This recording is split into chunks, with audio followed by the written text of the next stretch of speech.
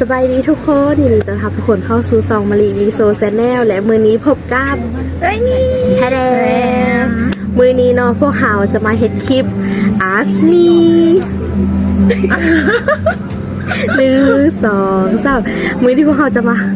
1 2 3มือนี้พวกเราจะมา1 2 3มือนี้พวกเราจะมาเฮ็ดคลิป Ask Me สำหรับคลิป Ask Me เนาะก็คือเขาจะท่ามของท่ามเนาะแล้วก็ให้ซ่องคนนี้ตอบนำกันเนาะก็คือแสดงความคิดเห็นพวกเต๋ออกมาแล้วก็ต้องคำท่ามตัวนั้นเนาะก็จะไล่ซ่าละในหนึ่งแล้วก็มีซ่าละแดงเนาะฝากปนกันไปเริ่มเลยข้อที่ ข้อที่ 1อ่านหนังสือตัวเองบอก สองคำท่ามเมื่อกี้ไหนเนาะข้อที่ 1ก็คืออธิบายซื้อตัวเองแดนั่นคือซื้อนิดบ่มีความหมายปานใดเนาะแต่ว่าถ้าจะเปย์อีกอย่างก็คือนิดแปลว่าเล็กๆน้อยๆหนึ่งมะลิเด้เป็นยังไงซื้อมะลิสาเหตุที่ซื้อมารีเราก็คือตะกี้นะเดี๋ยวจะเท้าความไปให้ฟังเนาะแต่ก่อนน่ะซื้อบริซื้อมารีเนาะแต่ก่อนซื้อสมัยเนาะซื้อสมัยแล้วซื้อตั้งซื้อมานี่ก็บ่ค่อยสบายมันได้แล้วก็มักเป็นไข้แดงเนาะเราห้าหม้อดูเนาะแล้วเพิ่นก็เลยบอกว่าอันบ่ใส่เนาะให้ตังซื้อใหม่แล้วมีป้าผู้หนึ่งเพิ่นตังให้มาลิเนาะสาเหตุที่ตังก็คือตอนยำน้อยนะเป็นผู้ใดก็หอมผู้ใดก็หักแล้วก็เป็นคนข้าวเนาะก็เลยว่าคือดอกมะลิแล้วก็เลยว่าใส่ซื้อมะลิว้าวต่อข้อที่2ถ้าเปลี่ยนซื้อใดจะเปลี่ยนซื้อบ้านเดี๋ยวได้ซื้อยังมีคิดก่อนเอาคิดก่อนซื้อสมัยที่แปลว่านี่นี่ซื้อสมัยเนาะสมัยมะลิเด้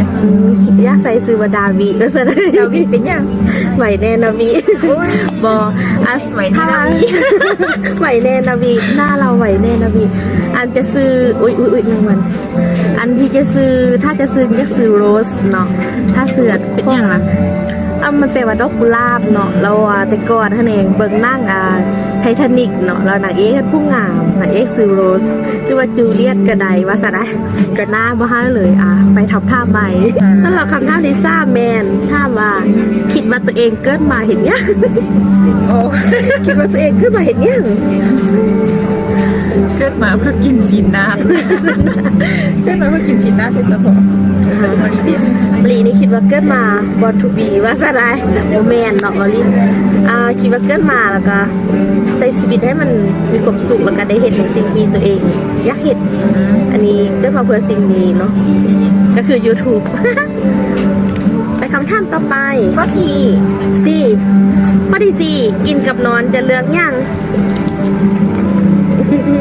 กินกับนอนจะเลือกยังก็เลือกทั้งสองเลยบอก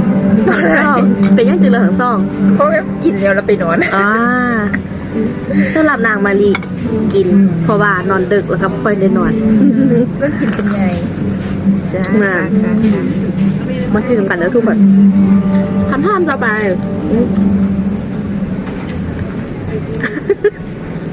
คำถามดีค่ะครั้งแรกที่เห็นกันเป็นแนวได้ไม่กันไหนเป็นบอก yes น่าจะดีเนาะนั่งที่ยากแนะนำก็คือ25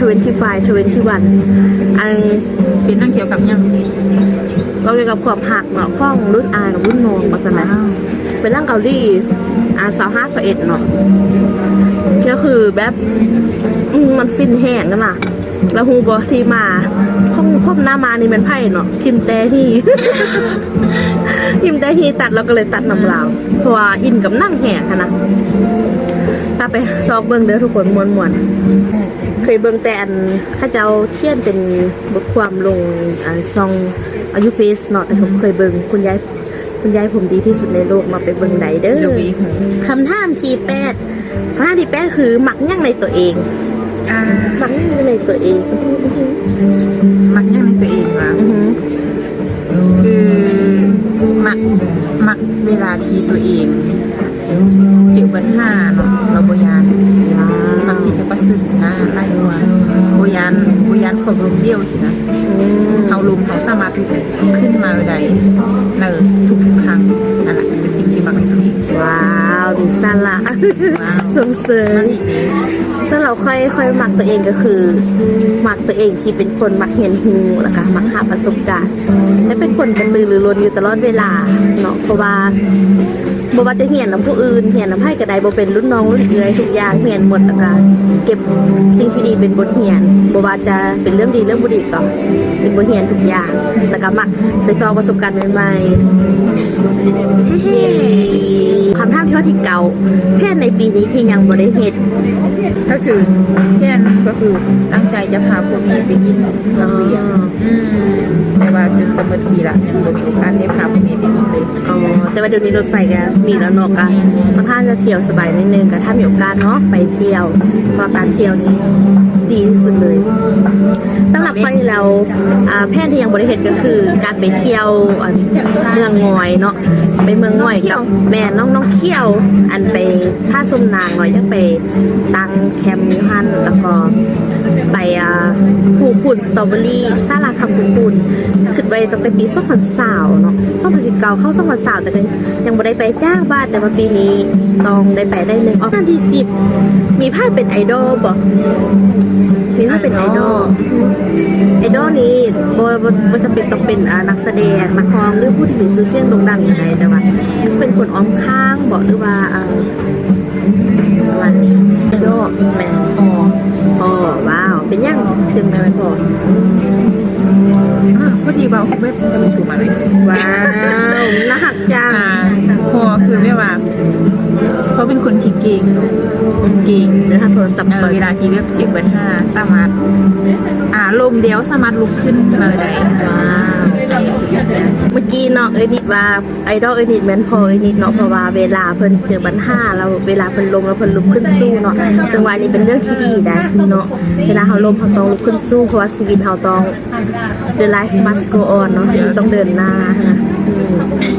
สำหรับใครเราไอดอลเนาะสำหรับใครเราไอดอลนี้บ่มีโดยกงเลยเนาะเพราะว่าทุกคนที่เข้ามาในชีวิตค่อยนะเป็นไอดอลหมดเนาะเพราะว่าค่อยจะเห็นหูด้านดีๆจ้าข้าเจ้าเนาะอันได้บ่ดีแล้วก็บ่ได้เห็นแบบเอาข้าเจ้าเป็นตัวอย่างในการดำเนินชีวิตเนาะเพราะว่าคนเฮานี้เจอปัญหาเนาะแล้วก็สิ่งที่เฮาพบทีละแต่ละมื้อน่ะมันบ่ได้คือกันนะก็เลยว่าทุกคนเป็นไอดอลในการใช้ชีวิตเลยการของผู้ใดดีก็จับจุดนั้นมาใส่เนาะคือก็บ่มีโดยกงหัวแม่นไพ่